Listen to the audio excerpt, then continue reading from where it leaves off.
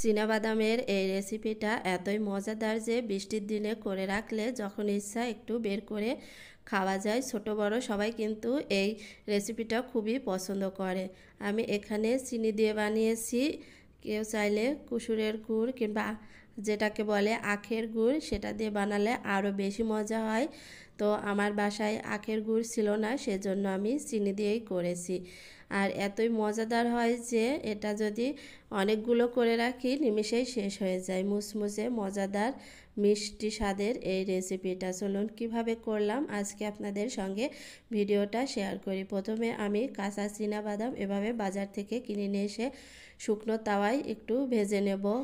একটু না, বেশ ভালো সময় নিয়ে ভাজতে হবে। এটা কিন্তু বালি দিয়ে ভাজলে আরও বেশি সুন্দর হয়, কিন্তু আমার এখন তাড়াহুড়োর মধ্যে আমি আর বালি দিয়ে ভাজলাম না। আমি শুকনো তাওয়াতেই এভাবে ভেজে নিয়েছি, লাল লাল করে ভেজে এটাকে নামিয়ে রাখলাম। আর দেব এখানে চাল ভাজি করে দিব।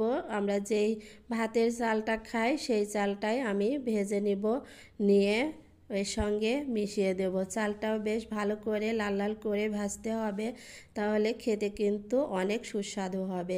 চালটাও ভাজা হয়ে গেছে, এখন আমি এগুলোকে ঠান্ডা করার জন্য কিছুক্ষণ রেখে দেব। দিয়ে এই যে বাদামগুলো এখন হাত দিয়ে ডলে ডলে এর এই যে উপরের পাতলা খোসাগুলো খুব সুন্দরভাবে এগুলোকে ছাড়িয়ে নিব, নিয়ে একটু টেলে নিব, নিয়ে খুব সুন্দর করে এগুলোকে পরিষ্কার করে নিতে হবে। নিয়ে যতটা সম্ভব এগুলোকে আমি খোসা ছাড়িয়ে পরিষ্কার করে নিয়েছি।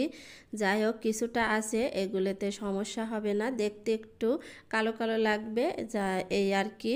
যাই হোক, পরিষ্কার করে নিয়ে আবার চলে আসলাম চুলার উপরে। এসে আমি প্রথমে বেশ খানিকটা চিনি দিয়ে দিয়েছি কড়াইতে, দিয়ে তারপরে একটু পানি দিয়ে দিলাম, দিয়ে কিছুক্ষণ জাল করে নিব।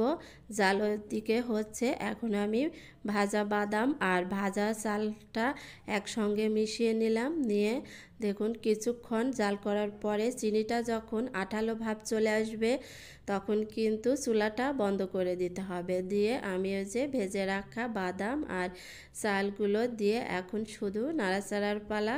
বেশ খানিকক্ষণ নাড়াচাড়া করলে এই যে এরকম ঝুরঝুরে ভাব চলে আসবে, আর চিনিগুলো সুন্দরভাবে বাদাম আর চাল ভাজার গায়ে এই যেভাবে সাদা সাদা হয়ে লেগে থাকবে।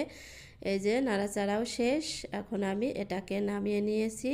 নামিয়ে কিছুক্ষণ ঠান্ডা করে তারপরে কোনো বয়মে বা জারে ঢুকে ভরে রাখলে কিন্তু রেডি হয়ে গেল সুন্দর মজাদার মিষ্টি বাদামের রেসিপি।